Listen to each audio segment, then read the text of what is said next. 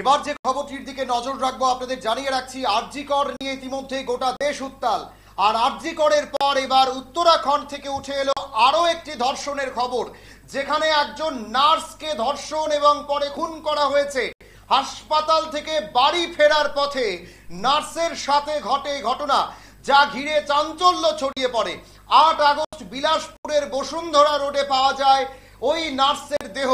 যেটা জানা গেছে, ওই কর্তব্যরত নার্স যখন হাসপাতাল থেকে বাড়ি ফিরছিলেন তখন কয়েকজন যুবক ওনাকে পেছন করেন এবং পিছু যখন ধাওয়া করে, তারপর একটা জায়গায়, নিস্তব্ধ জায়গায় এসে ওই নার্সটিকে আচমকা উঠিয়ে নেয়, তার সমস্ত কিছু লুটপাট করে এবং তারপরেই তাকে সকলে মিলে ধর্ষণ এবং পরে কিন্তু তাকে খুন করা হয়েছে। আপনাদের জানিয়ে রাখছি, আরজি করের পর এবার উত্তরাখণ্ড থেকে উঠে এলো আরো একটি নরকীয় ঘটনার খবর, যেখানে একজন নার্স তার কর্তব্য সেরে বাড়ি ফেরার পথে ধর্ষণের শিকার হয়েছে। নার্সকে ধর্ষণ এবং পরবর্তী সময় খুন করা হয়েছে। হাসপাতাল থেকে বাড়ি ফেরার সাথেই পথে কিন্তু ঘটে ঘটনা, যা ঘিরে চাঞ্চল্য ছড়িয়ে পড়েছে।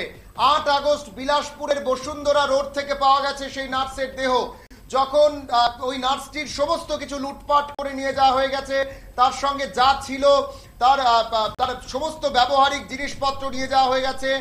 মোবাইল, যেটাকে সেখান থেকে নিয়ে গিয়েছিল দুষ্কৃতীরা, পরবর্তী সময় পুলিশ যখন মোবাইলের টাওয়ার লোকেশন ট্রেস করে তখন জানা যায় একাধিক স্থানে কিন্তু সেটাকে নিয়ে যাওয়া হয়েছে এবং পরবর্তী সময় পুলিশ কিন্তু একটি নির্দিষ্ট জায়গা থেকে সেই মোবাইলটিকে উদ্ধার করতে সক্ষম হয়েছে। এবং একই সঙ্গে যারা এই ঘটনার সঙ্গে যুক্ত তাদের ইতিমধ্যেই একজনকে কিন্তু আটক করেছে পুলিশ। আপনাদের জানিয়ে রাখছি, আরজি করের পর এবার উত্তরাখণ্ড থেকে উঠে এসেছে এই ঘটনা। এই ঘটনাতে জানা গেছে, যেখানে একজন চিকিৎসা কর্মী অর্থাৎ একজন নার্স যিনি পরিষেবা প্রদান করেন হাসপাতালে, উনি যখন উনার কর্তব্য শেষ করে, অর্থাৎ উনার যখন হাসপাতালের ডিউটি শেষ করে বাড়ি ফিরছিলেন, তখন কিন্তু উনার সাথে ঘটে এই ঘটনা।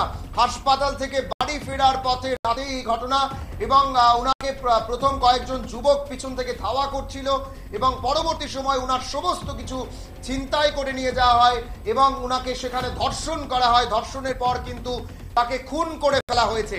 এই নরকীয় ঘটনাটি ঘটেছে উত্তরাখণ্ডের বিলাসপুরের বসুন্ধরা রোডে সেই নার্সের দেহ পাওয়া গেছে এবং পুলিশ ইতিমধ্যেই একজনকে কিন্তু আটক করতে সক্ষম হয়েছে।